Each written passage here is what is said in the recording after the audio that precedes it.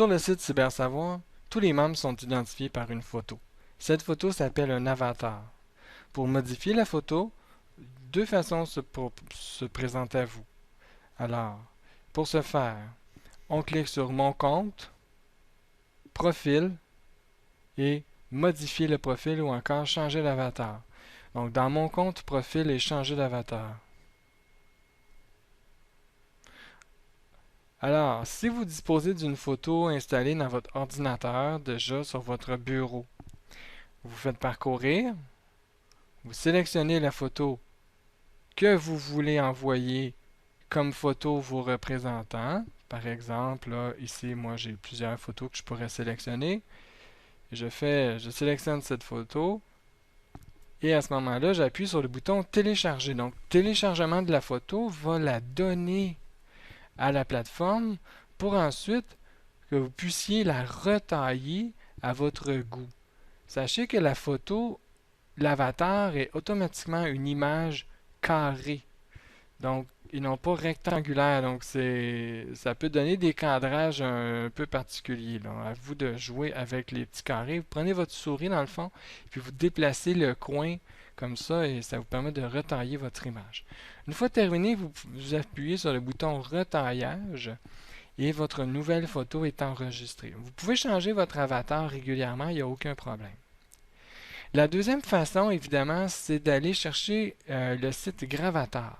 Pourquoi je vous parle de la deuxième façon? C'est que parfois, pour des raisons qu'on ignore toujours, certaines photos n'arrivent pas à passer. La plateforme Cybersavoir refuse certaines photos. Alors, si vous n'êtes pas capable d'envoyer votre photo, vous cliquez sur le petit lien ici dans Changer d'avatar, Gravatar. Ça ouvre un site qui s'appelle Gravatar et qui se propose gratuitement d'associer votre photo avec une adresse de courriel. Alors, ce qu'on fait, dans le fond, dans une étape première, c'est de s'inscrire.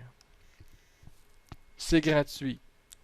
Alors, ce que l'on fait, dans le fond, c'est qu'on inscrit l'adresse de courriel que vous utilisez pour le cybersavoir. Par exemple, je vais prendre celle-là. Lorsqu'on a terminé, on appuie sur S'inscrire. La courriel de confirmation a été envoyé. Donc, bien entendu, il faut aller dans notre courriel et dans un message de courriel, on va nous demander de cliquer sur un lien pour confirmer notre inscription. Je vais le faire, mais sans vous le montrer. Lorsque vous cliquez le lien de confirmation que vous avez dans votre courriel, il va vous demander d'entrer un nom d'utilisateur et un mot de passe. C'est parce que la prochaine fois que vous irez sur Gravatar, on va vous demander de vous identifier. Alors moi, ce que je vous suggère, c'est d'utiliser le même identifiant et le même mot de passe, par exemple, que celui utilisé dans la plateforme Cybersavoir. Vous entrez votre identifiant et votre mot de passe.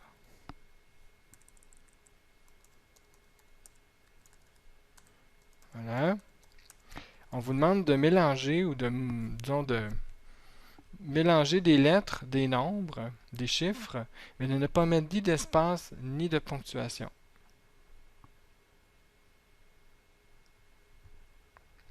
Une fois que c'est fait, malheureusement, les affichages sont en mélange de français et d'anglais, c'est parce que la traduction est en cours. OK. Ce qu'on vous dit dans le fond en ce moment, là, dans la page, c'est que pour l'adresse qui est ici, il n'y a aucune image qui est associée. Alors, ce qu'on fait, c'est qu'on associe une image en cliquant le lien Rajouter une image en cliquant ici. On parcourt le disque dur de l'ordinateur pour aller chercher l'image.